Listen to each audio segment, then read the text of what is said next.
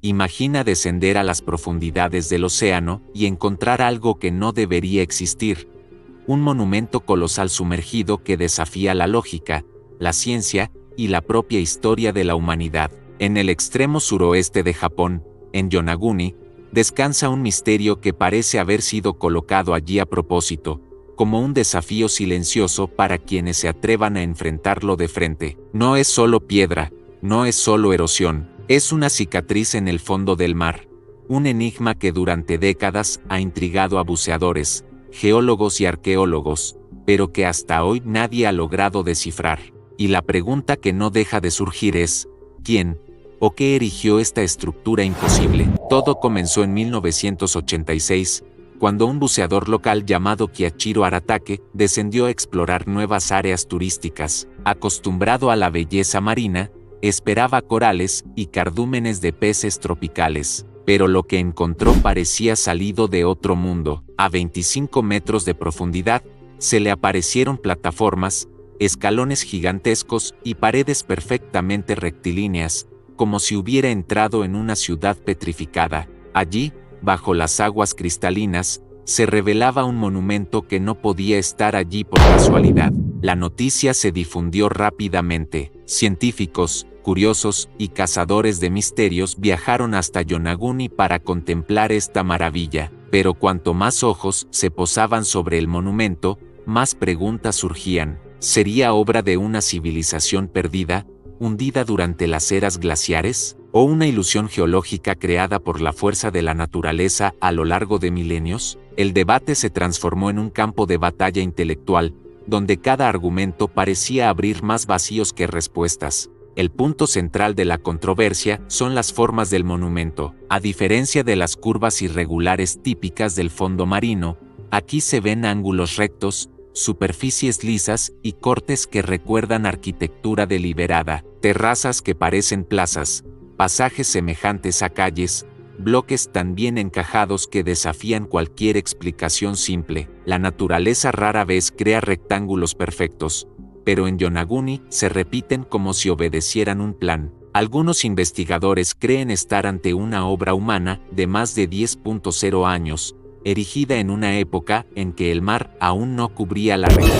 Esto retrasaría la línea temporal de las civilizaciones avanzadas, algo que la academia tradicional evita admitir. Si fuera cierto, significaría que pueblos prehistóricos dominaban técnicas de construcción comparables a las de grandes culturas clásicas, pero miles de años antes de ellas. ¿Y si fuera aún más profundo? ¿Y si el monumento de Yonaguni no fuera solo obra de antiguos humanos, sino vestigio de algo mucho más oscuro? Algunos teóricos se atreven a vincular su existencia con mitos universales sobre ciudades sumergidas, Atlántida, Lemuria, Mu, no como fantasía, sino como recuerdos distorsionados de civilizaciones que realmente existieron y fueron engullidas por el océano. ¿Y si Yonaguni fuera el primer fragmento visible de un imperio perdido que aún duerme bajo las aguas? Por otro lado, los geólogos escépticos sostienen que todo es obra natural. El tipo de arenisca que forma la isla de Yonaguni puede fracturarse en líneas rectas,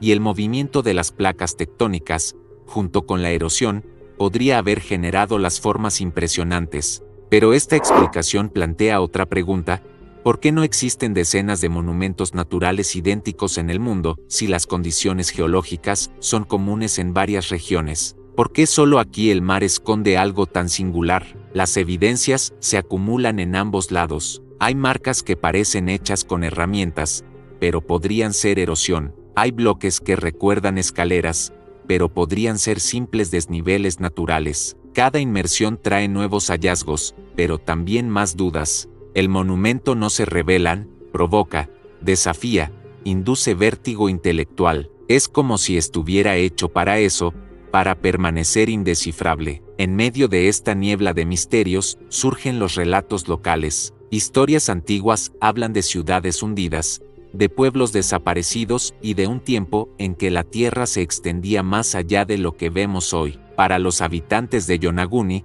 el monumento no es solo piedra, es memoria, una memoria que tal vez nunca debió despertarse. Ahora imagina, ¿y si este monumento no fuera solo una ruina perdida en el mar, sino un portal, un marcador, un recordatorio colocado por los antiguos para que, un día, cuando la humanidad estuviera lista, pudiera descifrar su mensaje. Tal vez Yonaguni no esté allí para ser explicado, sino para hacernos recordar que no sabemos nada. Bucear en Yonaguni es como cruzar un umbral entre mundos. Las primeras formas que emergen son escalones gigantescos, tan regulares que parecen una escalera para dioses colosales. Cada bloque parece encajado con precisión matemática, como si obedeciera a una ingeniería invisible. Lo que siente un buceador no es solo asombro ante la grandiosidad, sino una extraña sensación de ser observado, como si esas piedras guardaran una presencia que atraviesa los siglos. Es imposible mirar esas líneas rectas sin percibir intención, y no solo el azar de la geología. En el corazón del monumento descansa lo que muchos llaman la terraza principal, una inmensa plataforma con proporciones tan exactas que parecen desafiar mareas y terremotos. Allí, los bloques no parecen desgastados al azar, sino labrados, moldeados, casi pulidos. Algunos buceadores relatan que, al tocar esas superficies, sienten que rozan paredes que alguna vez sostuvieron templos o palacios. La mente imagina multitudes reunidas, rituales ancestrales, voces perdidas en el fondo del mar. Cerca de la terraza, un pasaje estrecho se abre como un portal. Sus paredes son tan lisas y simétricas que evocan la idea de una entrada, un corredor oculto que quizás conducía a cámaras internas. El problema es que hasta hoy nadie ha encontrado que hay más allá, pero la mera posibilidad de que ese portal sea una puerta sumergida hacia una ciudad enterrada enciende teorías que muchos académicos prefieren evitar, pero que siguen creciendo entre exploradores y estudiosos independientes. Y entonces surgen los detalles más perturbadores. Marcas que parecen cortes de herramientas aparecen en algunos bloques, como surcos paralelos imposibles de atribuir al simple movimiento del agua. Si fueran realmente marcas humanas, significaría que alguien, hace miles de años, dominaba técnicas de corte lo suficientemente avanzadas como para moldear rocas en líneas perfectas. Pero, ¿cómo aceptar esta hipótesis sin reescribir toda la historia? Otra estructura llama la atención, una especie de piscina circular, excavada con tanta uniformidad que parece planeada. ¿Sería un reservorio de agua, un espacio ritual, o solo otra coincidencia geológica imposible de ignorar? Al combinar estos elementos, escaleras, pasajes, plataformas y depresiones circulares, la sensación de un complejo arquitectónico planificado es abrumadora. Sería el corazón de una metrópolis olvidada, hundida por fuerzas oceánicas tras una catástrofe global. También hay piedras aisladas, algunas de toneladas de peso, posicionadas de manera que desafía cualquier explicación simple. El mar, con sus corrientes caóticas, difícilmente apilaría rocas de forma tan ordenada. Algunos investigadores sugieren que podrían ser monumentos de culto, marcadores astronómicos o símbolos dispuestos según una lógica sagrada que ya no comprendemos. ¿Qué intención guió manos tan antiguas a mover bloques de piedra en el fondo del mar? Los defensores de la hipótesis natural no se quedan sin argumentos. Señalan que la región de Yonaguni está atravesada por fallas sísmicas y que el movimiento tectónico, junto con la erosión, podría dar lugar a superficies rectas y cortes impresionantes. Pero incluso los más escépticos no pueden negar que la concentración de formas geométricas en un solo lugar es una anomalía rara. No hay registro de otro punto submarino con tantas coincidencias geométricas reunidas en tan pequeña área. ¿Y qué decir del alineamiento? Varios buceadores han notado que ciertas estructuras parecen dispuestas en relación con el solsticio, como si obedecieran un calendario sagrado. Si esto es cierto, estaríamos frente a una sociedad que no solo dominaba la piedra, sino que también observaba los cielos con la misma reverencia que las grandes culturas que surgirían milenios después. Yonaguni, en este escenario, dejaría de ser solo una ruina sumergida, sería un observatorio hundido en el tiempo. El fascinante detalle aumenta al recordar que durante la última edad de hielo, los niveles del mar estaban aproximadamente 100 metros más bajos. Esto significa que Yonaguni podría haber estado en tierra firme, accesible a pueblos que vivían en épocas en las que la arqueología tradicional insiste en que no existían civilizaciones complejas en Japón. Si la estructura fue construida antes de la inundación, su antigüedad podría superar los 10.0 años, rivalizando o superando cualquier otra cultura conocida. Esto colocaría al monumento entre los registros más antiguos de actividad humana monumental. Si esto es cierto, ¿por qué no se ha conservado nada similar en tierra firme? ¿Acaso Yonaguni fue solo la punta de un imperio mucho mayor, hoy completamente soterrado por las aguas? El mar guarda secretos que no están en los libros de historia, y quizá, solo quizá, Yonaguni sea la primera pieza de un rompecabezas mucho más oscuro de lo que podemos imaginar. Si Yonaguni fue realmente obra humana, surge una pregunta devastadora: ¿quién lo hizo? No hay registros de una civilización avanzada en la región en tiempos tan remotos. Los pueblos conocidos del Japón antiguo no tenían técnicas para cortar, alinear y erigir bloques de piedra de ese tamaño, y mucho menos a escala monumental. Esto nos lleva a un paradoja: o la historia está profundamente equivocada, o existe una civilización entera borrada de la memoria humana, una cultura que quizá floreció durante la última era glacial, cuando el mundo era completamente diferente de lo que conocemos. Las leyendas locales alimentan esta posibilidad. Historias hablan de ciudades sumergidas, de un pueblo desaparecido bajo el mar y de dioses que habitaron la región antes del tiempo de los hombres. ¿Solo mitos, o fragmentos de una memoria colectiva, testimonios distorsionados de catástrofes reales que engulleron sociedades enteras? Lo que la ciencia llama mito muchas veces es solo una verdad antigua, traducida al lenguaje simbólico para sobrevivir al tiempo. ¿Y si Yonaguni fuera el último vestigio físico de esas historias olvidadas? Algunos buceadores relatan algo perturbador: la sensación de arquitectura no termina en el monumento principal. En áreas cercanas hay piedras que parecen caminos, bloques que se levantan como pilares e incluso formaciones que sugieren la presencia de escaleras menores. Si realmente formaban parte de una ciudad, esto significa que no estamos ante una estructura aislada, sino ante un complejo urbano completo, una metrópolis perdida que se extendía bajo las aguas más allá de lo que hemos logrado mapear. Pero la cuestión más enigmática surge al hablar de su función. ¿Para qué servía el monumento de Yonaguni? ¿Era un centro político, religioso o astronómico? ¿O podría tener un papel aún más misterioso, una función tecnológica que no logramos comprender? Algunos sugieren que Yonaguni no era solo piedra, sino parte de una red global de lugares interconectados, alineados con puntos magnéticos y astronómicos de la Tierra, como si fueran antenas colosales de una ciencia olvidada. Los escépticos advierten del peligro de ver patrones donde no existen. El cerebro humano es experto en reconocer formas, en convertir caos en orden.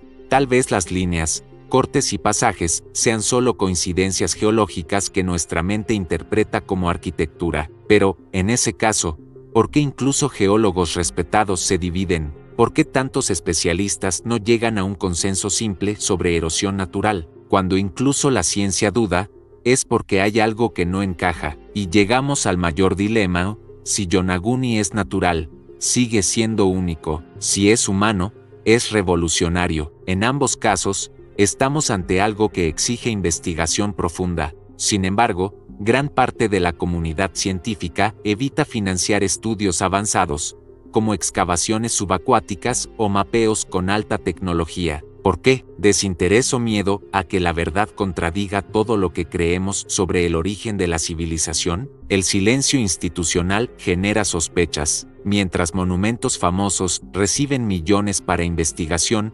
Yonaguni es tratado como un detalle marginal. ¿Sería un intento inconsciente de mantener intacta la narrativa oficial? Aceptar que existió una civilización avanzada, sumergida hace más de 10.0 años, sería abrir la caja de Pandora.